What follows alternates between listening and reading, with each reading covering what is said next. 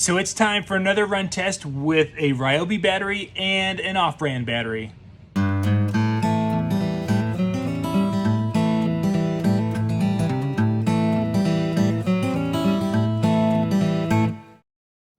Hey, this is John Young. Today we're doing a little test here on some batteries. The 18-volt batteries here.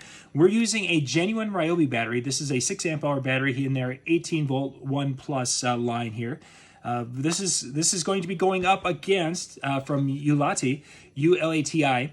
This is their 6 amp hour battery here. Both have 108 watts of power, but this little battery is available on Amazon. You can get a 2-pack of it.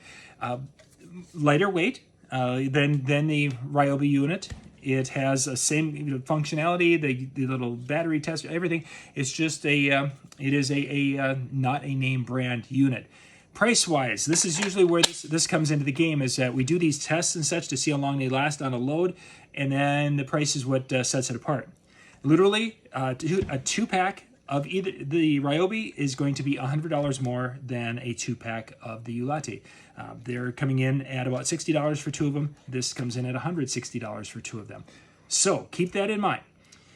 Ideally, with my 75 watt floods that you see right behind me, when we turn those on, these should last approximately the same time because they both have the same wattage.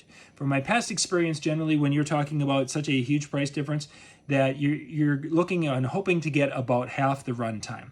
Now 75 watts there and 108 watts on each of these batteries. It should give us about around an hour's runtime is what I'm expecting if the batteries are going to be equal. I'm really expecting the Ryobi one to give me a run and lesser here.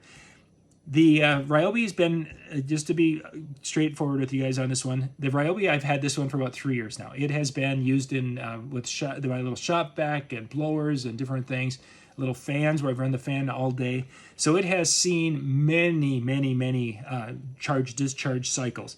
The Ulati one, we did this. We've had it for a shorter period of time. We did 3 cycles with it, 2 on a shop vac and 1 on a blower. So we basically ran it down to the point where it didn't run anymore, and then we charged it back and forth. So, and I think we're pretty good in the video. So I'm going to see if I turn them on. I have my lights, 75 watt light bulbs here. So that should give me about an hour. But let's see what happens here with our test.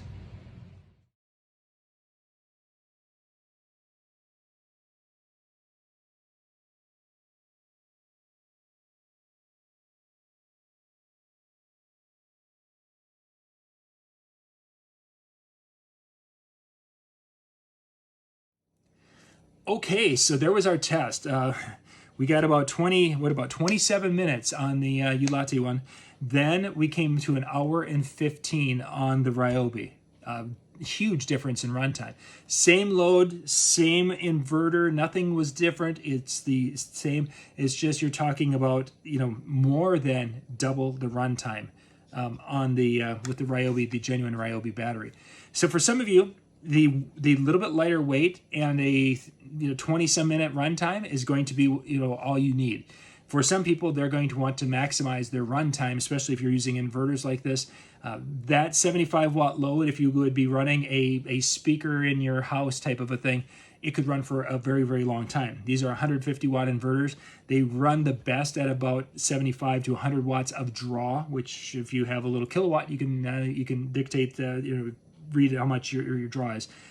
So I wouldn't be afraid to put this on something that's running a 50 watt load, and it would probably last you nearly 2 hours. On the, it's not going to get you there. You're talking that this was more reminiscent to instead of it having 108 watts, it was probably more of a 40 watt of capacity with this. Doesn't make it bad. It's a different price point. It makes it that it's lighter weight, less power, but it's going to give you an option. For $60, you can get 2 of these batteries, and you could be flopping them in your chargers and keeping going with your tasks. Run the battery down, have a lemonade, run the battery down, you're done. If you want one battery that's going to take you the whole time, you're going to be spending a little bit more money. Again, links in the description below for both of these batteries and places to get these, and hopefully this was able to help you make a decision which way is going to be the best for you. For more tips and how-to videos, go to weekendhandyman.com.